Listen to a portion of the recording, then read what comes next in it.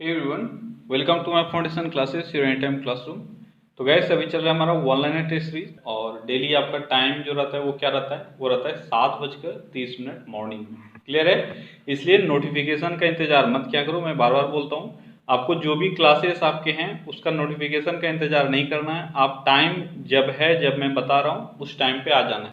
चलिए स्टार्ट करते हैं आज का सेट। तो आज का आपका पहला क्वेश्चन क्या है? आज का आपका पहला क्वेश्चन है, आंसू लिपि प्रणाली के प्रवर्तक कौन थे? आंसू लिपि यानी शॉर्ट हैंड, जल्दी बताओ। अच्छा क्वेश्चन है। आंसू लिपि यानी शॉर्ट हैंड के प्रवर्तक कौन थे? कौन थे? ये थे आइजैक पीटमैन। क्या नाम था इनका? इनका नाम था पीटमैन। क्या था? पीटमैन। ठीक है, पीटमैन हुए आंसू लिपि यानी शॉर्ट हैंड के प्रवर्तक। अगला क्वेश्चन है, मौर्य काल में प्रचलित मुद्रा का नाम क्या था? मौर्य काल में प्रचलित मुद्रा का नाम क्या था? क्या था? तो मौर्य काल में जो मुद्रा चलता था उसका नाम था पन। क्या नाम था? पन। ठीक है। अगला क्वेश्चन है, चीन की सॉरी यहाँ पे थोड़ा सा मिस्टेक है। चीन का ग्रेट वॉल ऑफ, ठीक है, ग्रेट वॉल ऑफ चाइना आप जानते हो, तो ये क्या है? चीन का ग्रेट वॉल का निर्माण किसने करवाया था? चीन की ग्रेट वॉल का निर्माण किसने करवाया था? जल्दी बताओ। ग्रेट वॉल का निर्माण किसके काल में हुआ था? तो ये करवाया गया था सी वांग टी के द्वारा। किसके द्वारा ये करवाया गया था? सी वांग टी के द्वारा इसका निर्माण करवाया गया था। अगला क्वेश्चन है, स्कॉट गाइड का आदर्श वाक्य क्या है? स्कॉट गाइड का आदर्श वाक्य क्या है? इसका आदर्श वाक्य है सजग रहो। क्या है? सजग रहो। अगला क्वेश्चन है, कांगो प्रजातांत्रिक गणतंत्र का प्रारंभिक नाम क्या था? अभी जो आप जान रहे हो कांगो, जिस नाम से जानते हो आप, ठीक है, कांगो गणतंत्र के नाम पे, रिपब्लिक ऑफ कांगो के नाम से जिसको आप जानते हो, इससे पहले इसका नाम क्या हुआ करता था? जल्दी बताओ, क्या हुआ करता था कांगो का नाम? तो इससे पहले इसका नाम हुआ करता था जायरे। क्या होता था? जायरे। अगला क्वेश्चन है, भूमध्य सागर किन दो देशों के बीच स्थित है? भूमध्य सागर, देखो यहाँ पे अलग अलग तरह के क्वेश्चन आ सकते हैं। ठीक है, यहाँ पे आपको ध्यान देना है क्वेश्चन में क्या पूछा जा रहा है। तो किन दो देशों के बीच है ये आपसे पूछा जा रहा है, तो दो देश का आपको नाम बताना है। वो कौन सा दो देश है? वो है जॉर्डन और इजराइल। कौन सा है? जॉर्डन है, और कौन सा देश है? और है इजराइल। ठीक है, जॉर्डन और इजराइल, जॉर्डन एंड इजराइल। ठीक है, इजराइल, ये दो देश है जिसके बीच में भूमध्य सागर स्थित है। अगला क्वेश्चन है, भारतीयों के लिए महान सिल्क मार्ग किसने आरंभ कराया था? आसान क्वेश्चन है, किसने करवाया था? तो ये कुषाण के राजा कनिष्क के द्वारा करवाया गया था। किसके द्वारा? कनिष्क के द्वारा सिल्क रूट की शुरुआत की गई थी। अगला क्वेश्चन है, नियाग्रा जलप्रपात अवस्थित है। नियाग्रा जलप्रपात कहाँ अवस्थित है? तो नियाग्रा जलप्रपात यूएसए और कनाडा के बॉर्डर पे है। यूएसए और कनाडा के बॉर्डर पे है। कई बार आपको ऐसा देखा गया है कि ऑप्शन में या तो सिर्फ यूएसए रहेगा या कनाडा रहेगा, और कई बार ऐसा देखा गया है जिसमें दोनों रहेगा, या तो वो क्वेश्चन गलत हो जाएगा, ठीक है, या आप आंसर एक अगर आपको करना है तो आप यूएसए करके निकलोगे। ऐसे ये नियाग्रा जलप्रपात यूएसए और कनाडा के बॉर्डर पे है। अगला क्वेश्चन है, वासी जनजाति किस भारतीय क्षेत्र से संबंधित है? वासी जनजाति किस भारतीय क्षेत्र से संबंधित है? जल्दी बताओ। तो वासी जो जनजाति है यह लक्षद्वीप से संबंधित है। कहां से संबंधित है? लक्षद्वीप एरिया से संबंधित है आपका वासी जनजाति। ठीक है, कहां से संबंधित है? लक्षद्वीप से संबंधित है। ठीक है।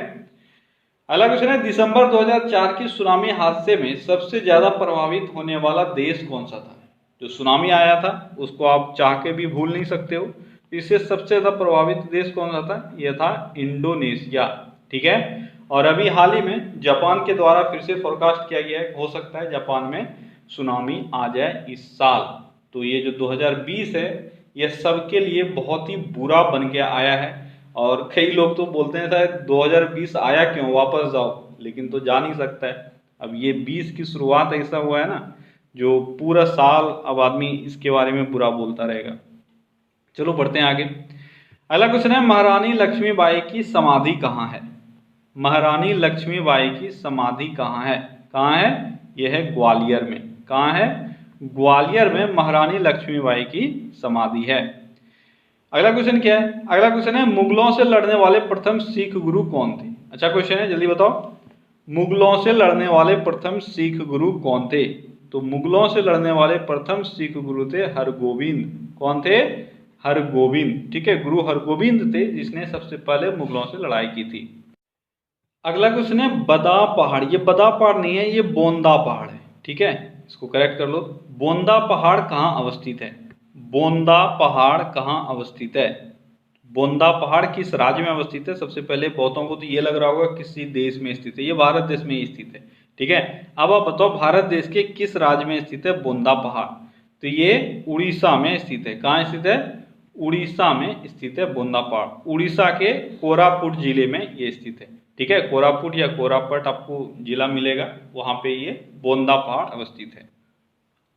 अगला क्वेश्चन है भारत का देशांतरीय विस्तार कितना है? बेहद आसान क्वेश्चन। भारत का देशांतरीय विस्तार यानी लॉन्गिट्यूडनल जो रेंज है वो कितना है? तो वो है आपका कितना?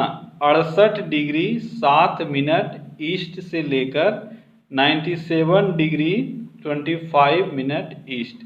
ठीक है, 68 डिग्री 7 मिनट ईस्ट से लेकर 97 डिग्री 25 मिनट ईस्ट, ये है हमारा देशांतरीय विस्तार। तो ओके गाइस, तो आज का जो आपका टारगेट है, ठीक है, जो आप स्कोर कर सकते हो। आज मेरा जो टारगेट है यहाँ पे वो आपका 35 प्लस आज भी होना चाहिए। ठीक है, 35 प्लस अगर आ रहे हैं तो अच्छी स्कोर है, नहीं तो फिर आपको मेहनत करने की जरूरत है और ज़्यादा।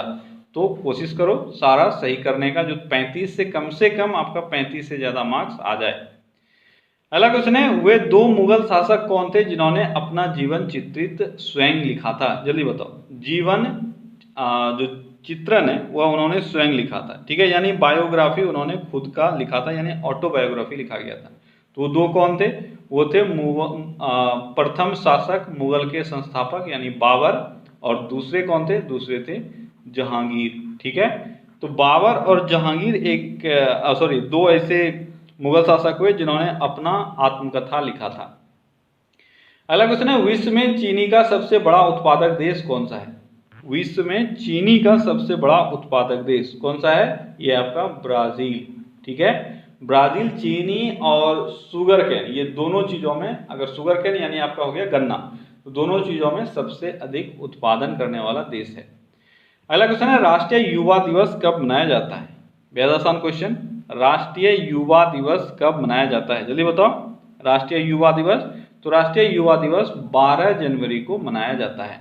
ठीक है, अगला क्वेश्चन है विश्व युवा दिवस कब मनाया जाता है? अब यहाँ आके आप फंसोगे। विश्व युवा दिवस तो अब तक बहुत बार एग्जाम में भी पूछा गया है, तो आपका आंसर अब आ जाना चाहिए सही। ठीक है, 12 जनवरी को विवेकानंद जयंती के अवसर पे हम लोग राष्ट्रीय युवा दिवस मनाते हैं, और 12 अगस्त को मनाया जाता है विश्व युवा दिवस। क्लियर है? अगला क्वेश्चन है राष्ट्रीय एकता दिवस कब मनाया जाता है? तो आज मैंने यहाँ पे कुछ दिवस लिया है, ठीक है, 3-4, तो आप जल्दी से रिवाइज कर लो। तो विश्व एकता दिवस, राष्ट्रीय एकता दिवस कब मनाया जाता है? राष्ट्रीय एकता दिवस तो ये मनाया जाता है 31 अक्टूबर को। अगला क्वेश्चन है संयुक्त राष्ट्र स्थापना दिवस कब मनाया जाता है? बहुत ही आसान सा क्वेश्चन। संयुक्त राष्ट्र स्थापना दिवस तो ये मनाया जाता है 24 अक्टूबर को। अगला क्वेश्चन है सुशासन दिवस मनाया जाता है। सुशासन दिवस कब मनाया जाता है? तो आसान सा क्वेश्चन ये भी है। 25 दिसंबर को सुशासन दिवस मनाया जाता है। आप जानते हो 25 दिसंबर जो है यह अटल बिहारी वाजपेयी का जयंती का दिन है। ठीक है, और इसी दिन गुड गवर्नेंस डे या सुशासन दिवस की घोषणा की गई है। अगला क्वेश्चन है भारत का सबसे लंबा रेलवे पुल कहाँ अवस्थित है? भारत का सबसे लंबा रेलवे पुल। अब देखो यहाँ से दो तरह के क्वेश्चन हो सकते हैं। ठीक है, अगर आपसे सबसे लंबा रेलवे पुल अभी पूछेगा तो आपका आंसर क्या होना चाहिए? आपका आंसर होगा बोगीबील ब्रिज। ठीक है, बोगीबील ब्रिज जो है यह सबसे लंबा रेलवे पुल है, और ये ब्रह्मपुत्र नदी पर बनाया गया है, और ये लगभग 4.9 किलोमीटर है। कितना है? 4.9 किलोमीटर। लेकिन अगर आपसे एक और चीज यहाँ पे पूछ लिया जाए कि भारत का सबसे लंबा सिर्फ रेलवे पुल कौन सा है? ठीक है, आप समझ रहे हो मैं क्या बोल रहा हूँ। ये जो बोगीबील है यह रेल कम रोड है। ठीक है, यानी रेलवे के लिए भी है और रोड भी है, लेकिन सिर्फ अगर रेलवे ब्रिज पूछा जाएगा तो जो इससे पहले था सबसे लंबा वो था वेम्बनाड रेल पुल, आपका आंसर वही होगा। ठीक है, वो 4.6 किलोमीटर के आसपास था। ठीक है, वेम्बनाड नदी के ऊपर। तो वेम्बनाड रेल पुल ये केरल में है और ये इससे पहले हुआ करता था सबसे लंबा रेलवे पुल। अभी भी सिर्फ रेलवे पुल अगर पूछेगा तो आपका आंसर वही होगा। क्लियर है। अगला क्वेश्चन है, टीवी रिमोट कंट्रोल यूनिट में किन तरंगों का उपयोग किया जाता है? आसान सा क्वेश्चन। टीवी रिमोट कंट्रोल में हम लोग क्या यूज करते हैं, कौन सा तरंग यूज करते हैं? तो अवरक्त तरंग या इंफ्रारेड। ठीक है, इंफ्रारेड वेव हम लोग यूज करते हैं। ठीक है। अगला क्वेश्चन है, मेघालय के चेरापूंजी में स्थित विश्व का चौथा सबसे ऊंचा जलप्रपात कौन सा है? तो मेघालय के चेरापूंजी में एक जलप्रपात स्थित है जो विश्व का चौथा सबसे ऊंचा जलप्रपात है। आपको बताना है उसका नाम क्या है। उसका नाम क्या है? उसका नाम है डेंथलैन। डेंथलैन जलप्रपात। डेंथलैन जलप्रपात। तो आपको याद रखना है डेंथलैन जलप्रपात कहाँ है। आपसे डायरेक्ट क्वेश्चन ये बन सकता है, डेंथलैन जलप्रपात कहाँ है? तो ये मेघालय के चेरापूंजी में स्थित है। अगला क्वेश्चन है, विश्व का एकमात्र तैरने वाला राष्ट्रीय उद्यान कौन सा है? एकमात्र तैरने वाला राष्ट्रीय उद्यान, जल्दी बताओ। तो इसका नाम है कैबुल लामजाओ नेशनल पार्क। कौन सा, क्या नाम है? कैबुल। ठीक है, कैबुल लामजाओ नेशनल पार्क। ठीक है, कैबुल लामजाओ नेशनल पार्क ये विश्व का एकमात्र तैरने वाला राष्ट्रीय उद्यान है। अगला क्वेश्चन है, कैबुल लामजाओ नेशनल पार्क कहाँ स्थित है? जल्दी बताओ, कहाँ स्थित है? ये स्थित है मणिपुर में। कहाँ स्थित है? मणिपुर में कैबुल लामजाओ नेशनल पार्क स्थित है। क्लियर है। अगला क्वेश्चन क्या है, विश्व खाद्य संगठन का मुख्यालय कहाँ स्थित है? विश्व खाद्य संगठन यानी FAO। ठीक है, FAO का मुख्यालय कहाँ अवस्थित है? आसान सा क्वेश्चन है, ये रोम में अवस्थित है। कहाँ अवस्थित है? रोम में FAO का मुख्यालय अवस्थित है। अगला क्वेश्चन है, अंतर्राष्ट्रीय फुटबॉल क्लब के लिए खेलने वाला प्रथम भारतीय खिलाड़ी कौन है? अंतर्राष्ट्रीय फुटबॉल क्लब के लिए खेलने वाला प्रथम भारतीय खिलाड़ी। अभी तक लगभग 10 ऐसे प्लेयर हैं जो अंतर्राष्ट्रीय क्रिकेट क्लब के लिए खेल चुके हैं। तो प्रथम भारतीय खिलाड़ी कौन थे? कौन थे? बाईचुंग भूटिया। क्या नाम था इनका? इनका नाम था बाईचुंग भूटिया। ठीक है, बाईचुंग भूटिया हुए भारत के प्रथम खिलाड़ी, फुटबॉल खिलाड़ी जो अंतर्राष्ट्रीय फुटबॉल क्लब के लिए खेले। अगला क्वेश्चन है, बोफोर्ट उपक्रम का उपयोग किस चीज की गति मापने के लिए प्रयुक्त होता है? बोफोर्ट उपक्रम, अच्छा क्वेश्चन है, जल्दी बताओ। बोफोर्ट उपक्रम या मापक्रम इसको आप बोल सकते हो। ठीक है, उपक्रम से ज्यादा अच्छा होगा मापक्रम। ठीक है, बोफोर्ट मापक्रम का प्रयोग हम लोग किसके? विंड के गति को मापने के लिए करते हैं। ठीक है, विंड यानी आपका क्या हो गया? ये हो गया हवा का गति मापने के लिए। ठीक है। अगला क्वेश्चन है, भारत में सर्वप्रथम तंबाकू की खेती किसने आरंभ की? तंबाकू की खेती भारत में किसने आरंभ की थी? ये किया गया था पुर्तगालियों के द्वारा। किनके द्वारा? पुर्तगालियों के द्वारा तंबाकू की खेती का आरंभ किया गया था भारत में। ठीक है। अगला क्वेश्चन है, अदीना मस्जिद कहाँ स्थित है? अदीना मस्जिद कहाँ स्थित है? ये वेस्ट बंगाल में स्थित है। अगला क्वेश्चन है, उस चोल राजा का नाम बताइए जिसने श्रीलंका पर कब्जा किया। क्या नाम था उस राजा का? चोल राजा का जिसने श्रीलंका पर कब्जा किया था। क्या नाम है? बहुत ही फेमस नाम है, इनका नाम है राजराज प्रथम। ठीक है। अगला क्वेश्चन है, सती प्रथा का उन्मूलन कब हुआ? सती प्रथा का उन्मूलन हुआ 1829 में। अगला क्वेश्चन है, सती प्रथा का उन्मूलन किस गवर्नर जनरल ने किया? बेहद आसान क्वेश्चन। सती प्रथा का उन्मूलन किसने किया था? ये विलियम बेंटिक ने किया था। किसने किया था? विलियम बेंटिक ने। ठीक है। अगला क्वेश्चन है, कुतुब मीनार की ऊंचाई लगभग कितनी है? कुतुब मीनार की ऊंचाई लगभग कितनी है? तो कुतुब मीनार की ऊंचाई लगभग है 240 फीट। कितना है? 240 फीट। अगला क्वेश्चन है, एलिफेंटा जलप्रपात कहाँ स्थित है? बहुत ही अच्छा क्वेश्चन है, बहुत सारे बच्चे इसमें गलत कर बैठते हैं। अगर देश वाइज आपको देगा तो एलिफेंटा जलप्रपात भारत में स्थित है। एलिफेंटा दर्रा से बच्चे कंफ्यूज कर देते हैं। एलिफेंटा दर्रा जो है वो श्रीलंका में स्थित है, लेकिन एलिफेंटा जलप्रपात यानी वाटरफॉल इंडिया में स्थित है। अभी आपको बताना है इंडिया में कहाँ है, जल्दी बताओ। एलिफेंटा जलप्रपात किस राज्य में स्थित है? तो किस राज्य में स्थित है? ये मेघालय में स्थित है। ठीक है, मेघालय में एलिफेंटा जलप्रपात स्थित है। अगला क्वेश्चन है, नागालैंड राज्य के रूप में कब अस्तित्व में आया? नागालैंड राज्य के रूप में कब अस्तित्व में आया था? 1963 में। अगला क्वेश्चन है, क्रिकेट खेल में विकेटों के बीच की दूरी कितनी होती है? क्रिकेट के खेल में विकेटों के बीच की दूरी होती है 22 गज। कितना होता है? 22 गज। अगला क्वेश्चन है, 15वीं शताब्दी के अंत में वास्को डी गामा भारत में कहां उतरा था? ये भी आसान सा क्वेश्चन है। वास्को डी गामा भारत में कहां उतरा था, ये आपको बताना है। जल्दी बताओ, भारत में कहां उतरा था? तो कालीकट में। ठीक है, कालीकट, जिसको अब कोझिकोड के नाम से जाना जाता है। अगला क्वेश्चन है, क्रिकेट खेल सबसे पहले किस देश में खेला गया था? क्रिकेट का खेल सबसे पहले कहां खेला गया था? कहां खेला गया था? ये इंग्लैंड में खेला गया था। क्रिकेट सबसे पहले इंग्लैंड में खेला गया था। अगला क्वेश्चन है, क्रिसिल क्या है? क्रिसिल क्या है? जल्दी बताओ, और फिर आपको क्रिसिल का फुल फॉर्म भी बताना है। जल्दी बताओ पहले, क्रिसिल है क्या? तो क्रिसिल क्रेडिट रेटिंग एजेंसी है। क्या है? Credit rating agency.